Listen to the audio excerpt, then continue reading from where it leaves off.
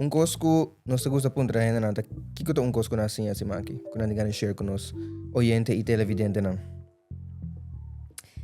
Coisa como assim, last me aduna workshop para polícia, e nós aduna workshop tocante de visibilidade e como pode ser de maneira positiva. Kiko to visibilidade pena não conosco. Visibilidade é maneira como bota apresentar o mês, ora um gente mirabo, que quando nada pensa, ora nada mirabo desta como da vestir, como que bota põe online, é maneira como da introduzir o mês, ora bota um handshake caba, esse é um parte tem uma visibilidade caba, mas mês ora tem um stempel caba, então impressão tipo, então visibilidade a mim ajuda a gente para é maneira quando nada introduzir o mês online ou offline, da match mês ora então para não por achieve nang career of goal.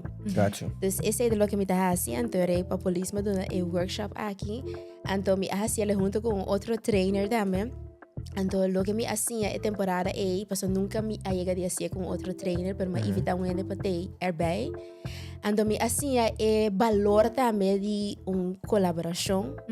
Então, kiko é toegevoegde waarde por tá também. Então, por tá a mim tá shine um tiki mais menos, como isso assim normalmente. Então, para tá honesto, me gusta shine. Pero tá ok para share é momento de shine é também com outro ene que por voeg waarde toe para grupo que nós estamos na workshop. Sim. So it was definitely a lesson learned. Então, coisa que me dá assim mais tanto.